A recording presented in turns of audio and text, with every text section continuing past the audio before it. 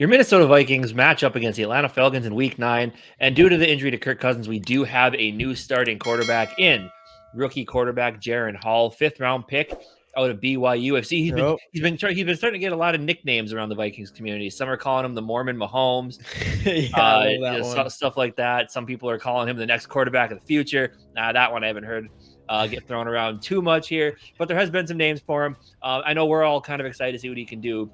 Mm-hmm. I mean, obviously, young kid, like not super highly heralded out of BYU. Obviously, he was a 5th-round pick, but Right. he was drafted because he does have skills that you see in good quarterbacks. Obviously, the front office, Coach O'Connell, they all saw something in him. And I mean, at the end of the day, I'm excited. I mean, at this point, with no Kirk Cousins, I guess you shouldn't be expecting a ton, but this is our first opportunity to Mm-hmm. see a rookie quarterback or a young quarterback who was brought in by our front office and our coaching staff Right. start a game. And obviously, the way this team's been playing, I think he's going to have a ton of really good opportunities in this game against the Falcons. And the Falcons, obviously, they're going through a quarterback switch right now with the injury to Desmond Ridder.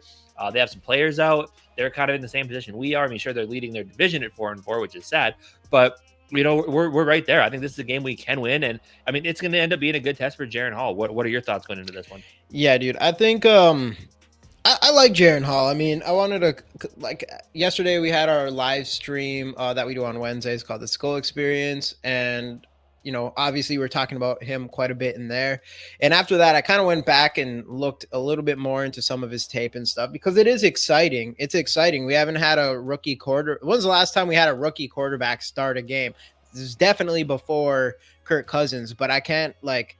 When's Teddy Bridgewater, probably. Probably Teddy Bridgewater. So it's been a long time, and especially like you said, this is one that KOC and Kwesi brought in a guy that like even going into the draft. I mean, some people were calling him like the Brock Purdy of this draft and stuff.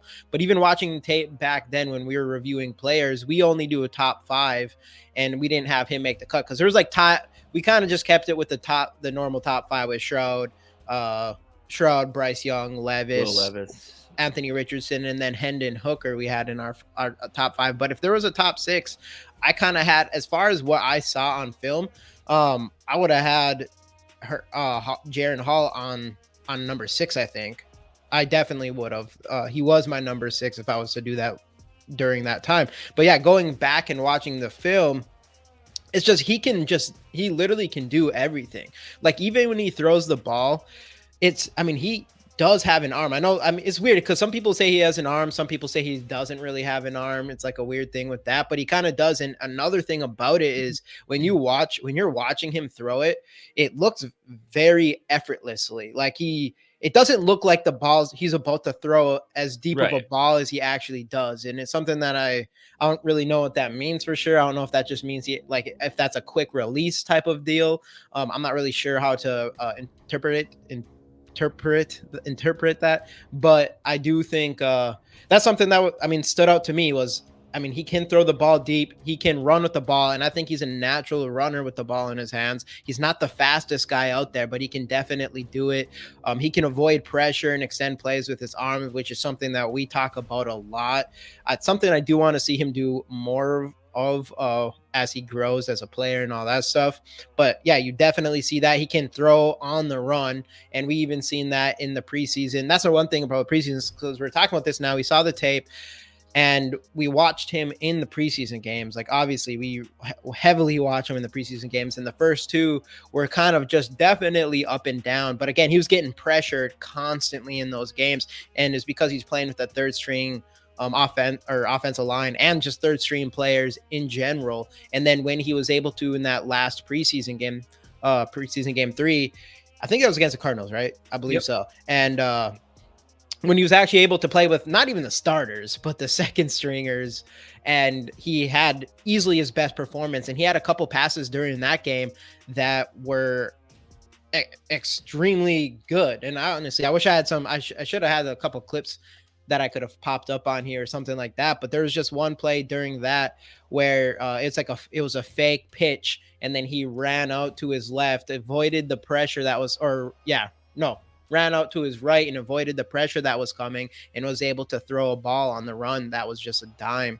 And that was just something you don't really see from a lot of players, something that we definitely didn't see from even Kirk Cousins, just because he didn't have the athleticism to move away from the players as Jaren Hall was able to do. So that's one thing that's interesting about having him as well, is just him coming in and being more of that mobile quarterback, and then how KOC is going to approach that, assuming, you're going to probably have to change things up. This can't be the same offense that Kirk Cousins was running completely, I don't think, even though I don't think it doesn't have to be much different, because at the end of the day, Jaren Hall he's more of a pocket type of quarterback at the end of the day. Like, he isn't trying to run a lot. Most of the times he ran in college, it seemed like those were the play calls. So I do think you're going to get a guy that wants to throw first. Of course, he's not like the normal mobile quarterback. He is the guy more of like that Mahomes type, that's going to try to throw the ball if they can, but then, use their legs if they have to, type of thing. So it is exciting. It's just like, overall,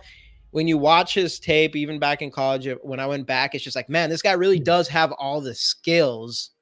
And like you said, he wasn't highly coveted or anything like that. I mean, a lot of people were impressed by him. I mean, he had 33 touchdowns to 6 interceptions or something like that, I believe. 31 to 6, yep. 31 to 6, 3,000 yards, about 250 on the ground with 3 touchdowns. And I mean, obviously those are amazing stats, and it's college football. It's a whole different ball game in NFL. And even listening to him talk during a press conference and stuff, which again holds himself so great. Like, he just is for a 25-year-old kid, you would never expect that of based on like how he presents himself talking to people. And you can just see the leadership there. You can see how nice of a guy he seems to be and all that kind of stuff. So I mean, it seems like you want this guy to succeed so bad. And I think even from my side of things, I want him to succeed so bad, because it'd be great for him to come in and be that guy for us. And there's just that little bit of hope. I'm not sitting here saying like, oh yeah, he's going to come in and for sure be the future, or even be the future of the Vikings, but even just that little bit of hope that he could, I mean, that excites me a lot. I mean, I'm honestly, this might be the game I've the most excited, other than probably week 1. This is probably the game I've been most excited about all year long, and probably outside of playoffs last year, probably even most excited I've been last year, just because it's like a chance to see this young quarterback come in and see who he is, and hopefully, I can't say I go that far with it. I mean, I'm not excited. I'm excited. I'm really excited. I am that excited. I'm not going to lie. That for sure. And plus, another thing with him is he's been here. He knows the offense, but he's been able to learn from Kirk Cousins all season. So it'll be interesting to see what he's got. And he's stepping into a team that's playing really good ball right now. He's got a good defense to back him up if he makes some mistakes. He has an offensive line that's playing the best we've seen in Minnesota and since I've started watching football. Definitely in recent memory. He's got Jordan Addison, who's playing out of his mind right now. He's got KJ Osborne, who was limited in practice today with a shoulder injury, but he has KJ Osborne, who's played really well these last couple weeks. TJ Hawkinson's coming into his own, and if he can perform well enough right now, he's going to get JJ back soon. And because JJ will come back, his competitive flair won't let him sit out. I think he's going to come back. If Jaren Hall can still be the starter at that time, watch out. The only thing that we got to do is we got to get some semblance of a run game, just so people can't pin their ears back and go after Jaren Hall.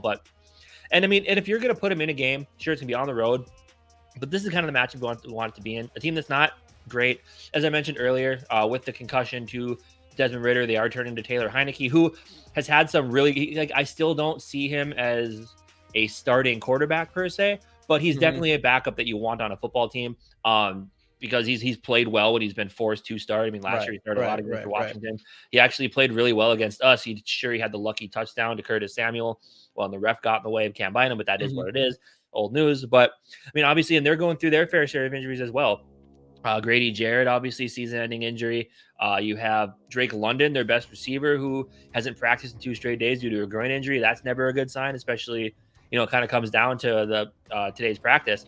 But yeah, I mean, this team's going through their own share of injuries as well. And I think if you want a quarterback to start his first game, it's going to be in a scenario like this where the other team is also going through some issues and your team's hot. And I don't know. I think there's some interesting matchups here the Vikings can exploit. Yeah. Obviously like the Falcons, yeah, they're near the top of their division, but they're 4-4 at the end of the day. They're just like us. They're, a team that people don't really fear, especially without the likes of Drake London and Kyle Pitts is a guy who everybody feels is underutilized in that offense. So I don't know.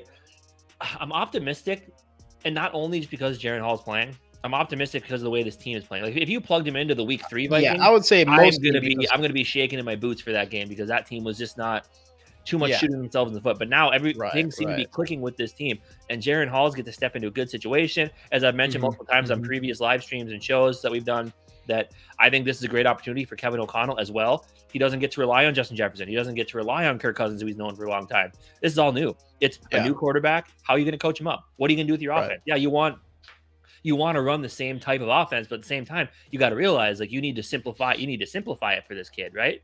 Yeah. And and it sounds like Kevin's doing a great job of telling him like, don't, your whole career doesn't ride on this one game. Don't try to be a hero. Just play within the offense. And I feel like Jaren Hall can do that. I mean, you listen to him talk. The guy knows ball. He's a smart kid. He has the talent to do this, and especially with what I think he's going to be asked to do, I personally think he's going to be just fine. Yeah, exactly. And I mean, I like you said, I mean, he's going to have the best situation that you could ask for a quarterback, similar to the Brock Purdy thing. And I do think so. I mean, it will show like where he's at, and that's another thing too. Like that's what I'm excited for. I mean, obviously, it's like a bittersweet thing because obviously you lose Kirk Cousins, and you're like a lot of that momentum could lose. I mean, Hall could come in and just suck, and that does. I mean, obviously that could potentially ruin our season if it's obvious that Kirk Cousins being gone is going to tank this season. Like we're just not going to be good enough. Obviously that'd be bad, but just that little bit of hope, like Jaren Hall comes in and has the best situation you could ask, and he ends up balling out, or to some extent ball out. I don't know. I think for some reason it just brings, for someone like me who I have been on the side where I'm like, I've been wanting to go a different direction than Kirk Cousins for the last couple years, mostly. Even not saying that going in a different direction would help us win more games, but it's something that I've been waiting for. So I do think that is the reason why. I don't know. I feel excited to see what this kid has, and man, hopefully he comes in and balls up, but we'll see. And for all the people that really don't like Kirk Cousins out there, you know who I'm talking. You know who I'm talking to. You watch this, you know who you are. If Jaren Hall plays, you better hope Jaren Hall plays well, because if Jaren Hall plays well, then it's like, oh, maybe it wasn't Kirk Cousins the reason why this team was playing so well. Maybe it's just a really good team surrounding him, and he was just another guy out there controlling the offense. So yeah, I'm not saying that myself. That's not how I feel. I'm just saying for people that don't like Kirk Cousins, you want Jaren Hall to perform well, because that's going to entice them to either stick with Jaren Hall in the future or decide, hey, we can still run this offense and this team with new quarterback. So, right. Yeah. There's no question. Both sides is for everybody. Yeah, Jaren Hall's not going to come in and play better than what Kirk Cousins was playing or anything like that either. I want to make that clear as well. As this is a process. This is his first game. I'm not going to expect everything out of him, but if he comes in here and he just plays like a pretty much a mistake-free game is what we're hoping for, not throwing a bunch of interceptions, and we come out with the W. I mean, that's a good step forward, and hopefully we just see, him get more and more comfortable and use his abilities, like with his scrambling and all that kind of stuff. So I don't know, it's just something excited. So yeah, overall excited about Jaren Hall.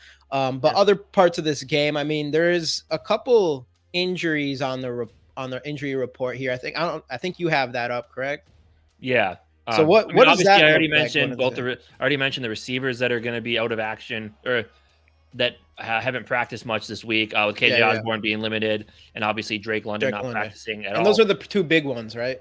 Yeah. But otherwise for us, Dean Lowry did not practice, which he actually had a really good game. He's actually played pretty well these last couple weeks. Brian Asamoah, who has been disappointing this year, was limited. Caleb Evans was limited. That's a big one. Brendan Powell and Jalen Naylor, both full participants. So that's pretty big. Otherwise, when we talked about for the Falcons, I mean, obviously Desmond Ridder is out. Drake London most likely out, hasn't practiced in 2 days. So we'll see what today's injury report brings.